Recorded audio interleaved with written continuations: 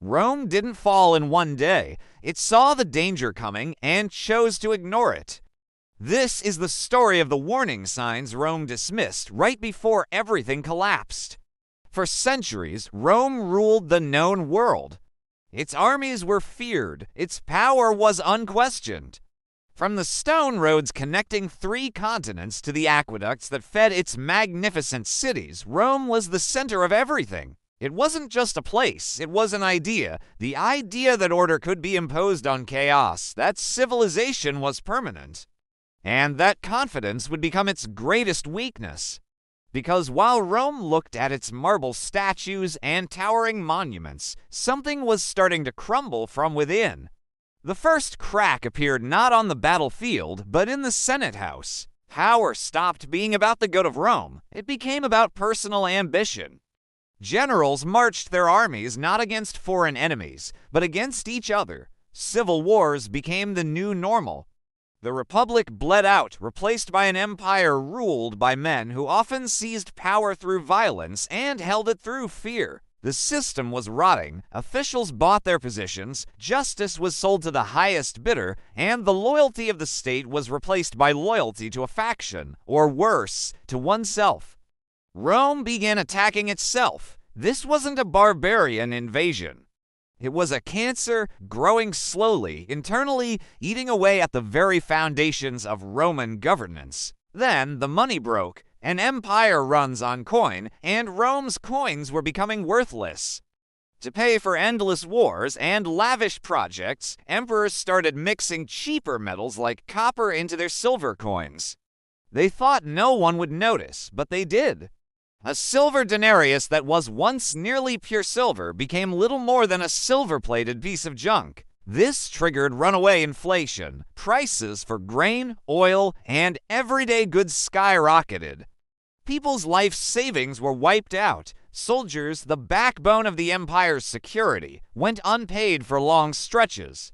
This bred resentment and mutiny. An empire can't survive when loyalty costs more than it can afford. With the treasury empty and Roman citizens unwilling to serve in long, brutal campaigns, the emperors turned to a desperate solution.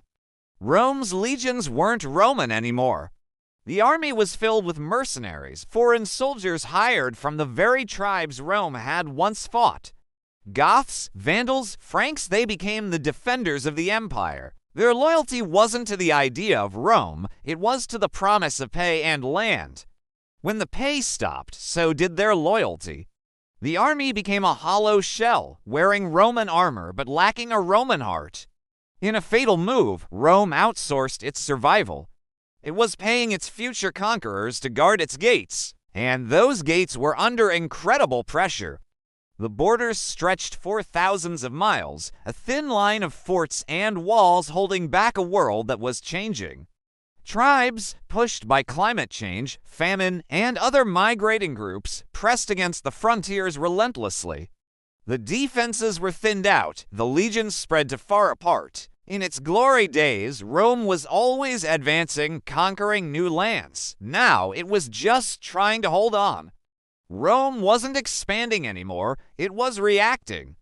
Every breach, every raid, every piece of land ceded to a barbarian tribe was a symptom of a terminal decline. The empire was shrinking. But here's the most chilling part. Rome had seen crisis before. It had survived civil wars, economic panics, and military defeats. And it always bounced back stronger than ever, so it assumed it always would. This belief, this fatal arrogance, is what truly killed the empire. The warning signs, the corrupt politicians, the bad money, the disloyal army, they weren't new. They were familiar problems. And because they were familiar, they felt harmless. They were just the cost of doing business, another storm to weather.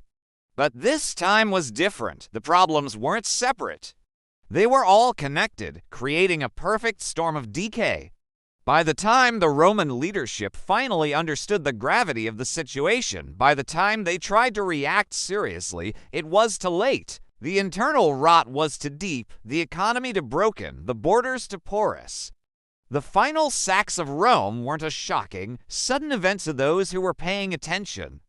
They were the inevitable conclusion to a story written over centuries of denial. The collapse wasn't a surprise, it was overdue. In the end, Rome didn't fall because it was weak. It didn't fall because the barbarians were strong. It fell because it saw the cracks forming in its own foundation and chose to look away. It fell because it ignored the signs, and history has never been kind to denial.